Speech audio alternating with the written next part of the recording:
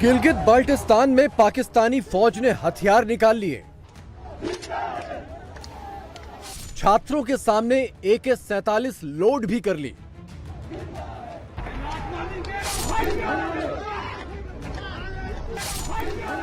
और आखिरी चेतावनी भी दे दी।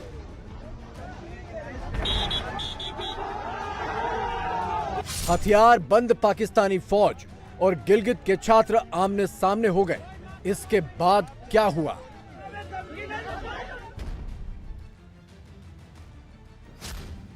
गिलगित बाल्टिस्तान में पाकिस्तान के खिलाफ बड़ा बवाल।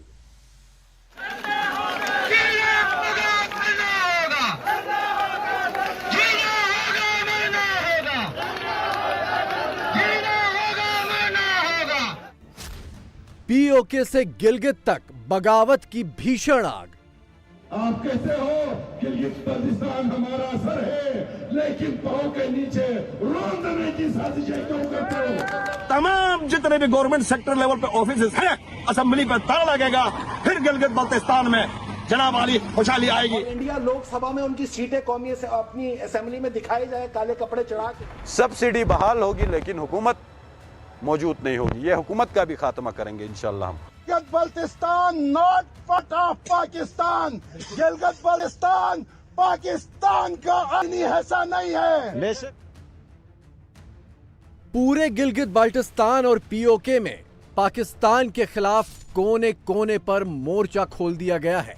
पाकिस्तान की अपनी जमीन से बेदखली के लिए गिलगित बाल्टिस्तान के लोगों ने शुक्रवार 24 नवंबर का दिन पहले ही मुकर्रर कर दिया था। गिलगित बाल्टिस्तान के कारोबारी, सरकारी और निजी शिक्षक, मजदूर, किसान, घरेलू महिलाएं और स्कूल कॉलेज के छात्र सबके सब सड़कों पर निकल आए।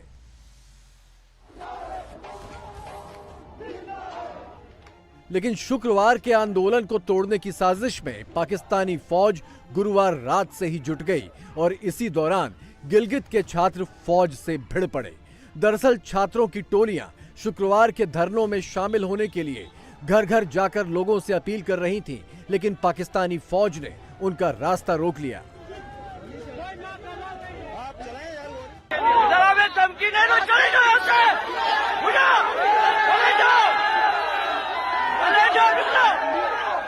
कोई माँ का लाल नहीं है, इधर धमकी दे दी। जरा वे धमकी दे दो, चले जाओ यहाँ से।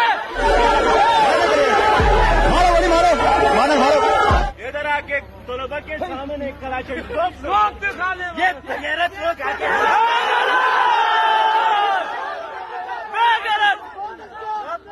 इधर आके कलाशनिकोव लोड करके ये बताना चाहते हैं कि हम डरेंगे, इन गोलियों की हम उखाड़ देंगे।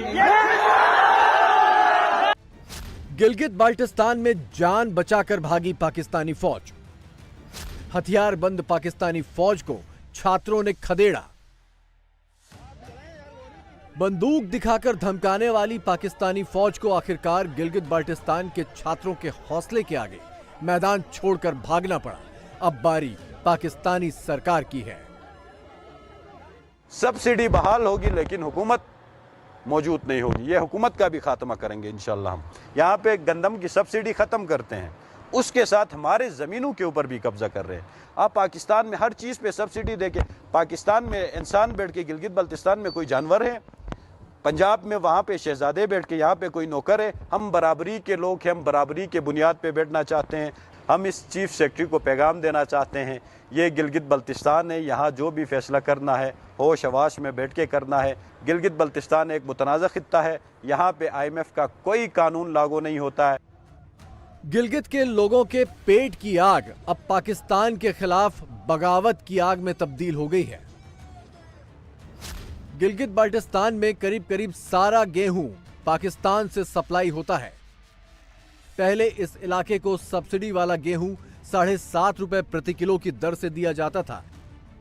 इसी साल जून में यह रेट 7.5 रुपए से बढ़ाकर 20 रुपए कर दिया गया और अब नवंबर में बढ़ाकर 52 रुपए प्रति किलो कर दिया गया। पाकिस्तान गिलगित के लोगों को भूखा मार डालने पर आमादा हो गया है। आप कहते हो गिलगित बल्तिस्तान हमारा सर है, लेकिन पांव के नीचे रोंदने की साजिशें क्यों करते हो? हमारे वजीर खजाना इंजीनियर इस्माइल साहब फरमाते हैं, देखो ना मैं यहाँ से गया, इस्लामाबाद में बुलाया, वहाँ एक खातून ने खड़ा करके मुझे बेइज्जत किया, मुझे डांटा। फाइनेंस मिनिस्ट्री इस्लामाबाद में कहा कि तुम मुफ्त गंदम खाते हो, तुम हमें कुछ नहीं देते हो, तो मैं बहुत मायूस हुआ। मैं क्या करता, तुम डूब के मर जाते हो। यहाँ पे जमीनों की बंदरबांट में आप लोगों ने किया क्या? पुराने पाकिस्तान वाले, नए पाकिस्तान वाले असेंबली में सब मिले हैं, सब मिलकर गिलगित बल्तिस्तान के अवाम पर ड्रोन हमला किया है। गिलगित बाल्टिस्तान की सिर्फ 2% जमीन पर खेती होती है, इसीलिए अनाज के लिए ये इलाका पाकिस्तान पर निर्भर है।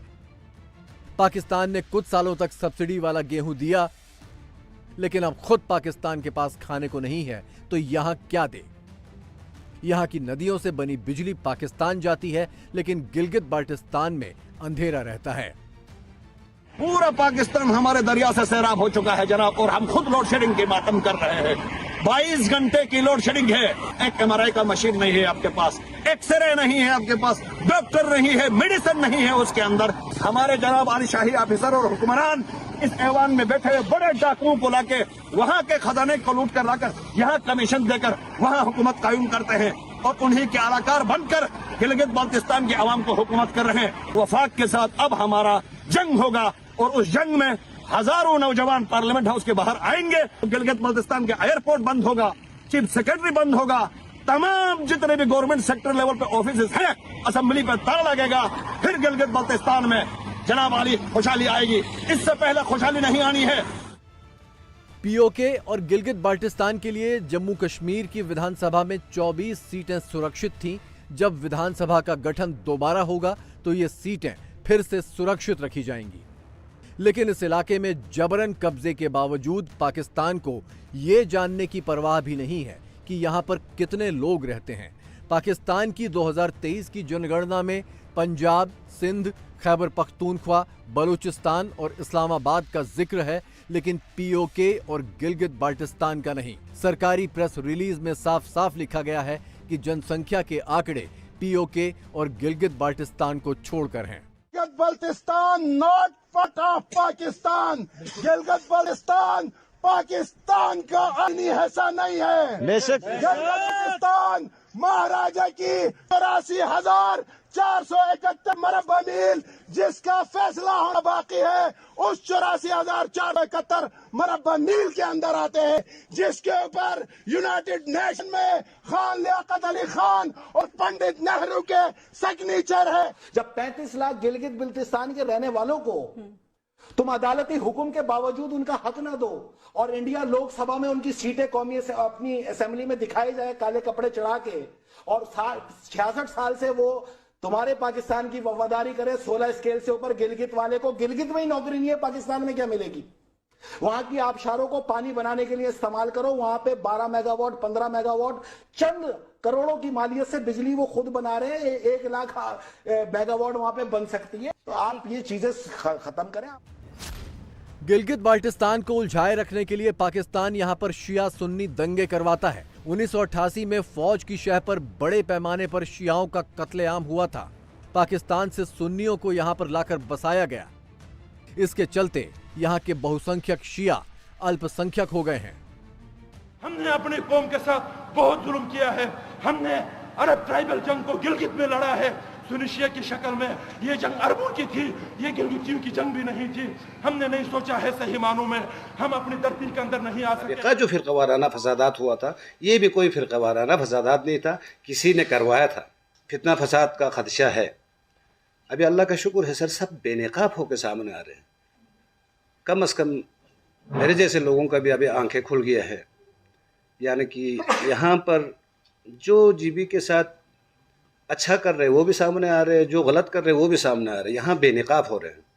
पीओके और गिलगित बाल्टिस्तान के लोग पाकिस्तानी साजिशों और अपनी भूल को समझ चुके हैं और इतिहास की भूल से बाहर निकलने का अब एक ही रास्ता है, पाकिस्तान से छुटकारा। यही वजह है कि इन इलाकों में पाकिस्तान के खिलाफ जबरदस्त आंदोलन चल रहे हैं। सूरत नाज़रीन अब ये हो रही है कि इतने अरसे से ये तहरीक चल रही है पाकिस्तानी ऑक्युपाइड जम्मू कश्मीर और गिलगित बाल्टिस्तान में, और मेरी जहां वहां लोगों से बात होती है तो वो मुझे यही कहते हैं कि डॉक्टर साहब आप ये कहते हैं कि हमें भारत का हिस्सा है और हमें भारत के साथ शामिल होना चाहिए वापस, और जम्मू कश्मीर के साथ जो है वो पीओके को जुड़ना चाहिए और लद्दाख के साथ जो है गिलगित बाल्टिस्तान को जुड़ना चाहिए, लेकिन हम यहाँ भूखे मर रहे हैं, हम खुदकुशियों पे उतर आए हैं, लेकिन भारतीय सरकार की तरफ से जो है वो कुछ जुम्बिश नजर नहीं आ रही। तो इसका जवाब मैं तो नहीं दे सकता, इसका जवाब खुद भारतीय सरकार दे सकती है कि वो क्या करने जा रही है इस हवाले से या क्या नहीं करने जा रही। पीओके और गिलगित बाल्टिस्तान को लेकर पाकिस्तान का मकसद एकदम साफ है, यहां की जमीन को आतंकी कैंपों और आतंकी लॉन्च पैड के लिए इस्तेमाल करना। इसीलिए उसे ना तो यहां के लोगों की फिक्र है, ना उनकी जरूरतों की। जम्मू कश्मीर में आतंकी धंधे का हेडक्वार्टर पाकिस्तान ने इन्हीं इलाकों को बना रखा है। देखिए, कुछ की जब हमने पहचान करने की कोशिश की तो कुछ ऐसे हमें मिले कि वो रिटायर्ड फौजी थे। जहां तक यहाँ पर जो अभी ऑपरेशंस चल रहे हैं, पाकिस्तान की कोशिश होती है क्योंकि यहाँ पर लोकल रिक्रूट्स नहीं हैं और वो फॉरेन टेररिस्ट लाके यहाँ पे कार्रवाई करना चाहते हैं, तो इसलिए हमारी कोशिश यही है कि जितने भी फॉरेन टेररिस्ट हैं उनका खात्मा खत्म कर। पाकिस्तान के नफरती एजेंडे से अलग पीओके के लोग अपनी विरासत और जड़ों की ओर लौटना चाहते हैं। इसी नजरिए से हाल ही में कुछ लोगों ने यहाँ के खंडहर पड़े 5000 साल पुराने शारदा पीठ पर 75 साल बाद फूल चढ़ाए थे। ये जो पत्थर हैं, इनमें से मुझे अपने अजदाद की खुशबू महसूस हो रही है।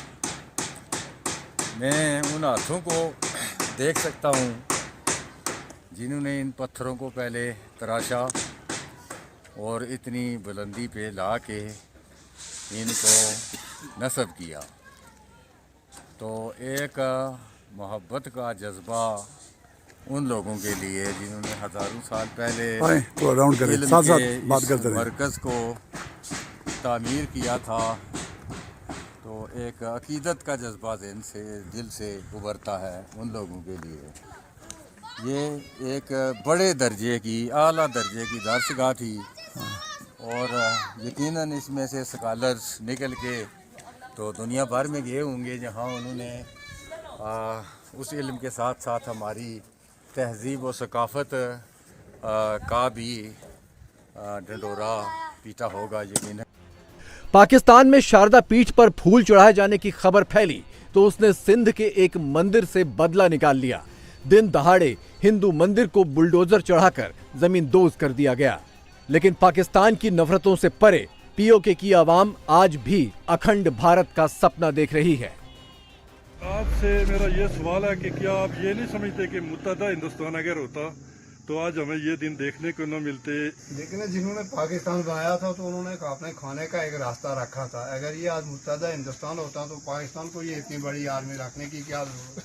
तो उन्होंने जो अपनी औलाद को परवरिश करने के लिए पाकिस्तान का 80% बजट जो है वो डिफेंस के नाम पे दे रहे हैं, तो गरीबों का तो यही हाल होता। तो अगर ये मुत्तहदा हिंदुस्तान होता तो आज हम सारे लोग खुशहाल होते। वक्त के हिसाब से भी कहीं भी ये सही फैसला नहीं है, वरना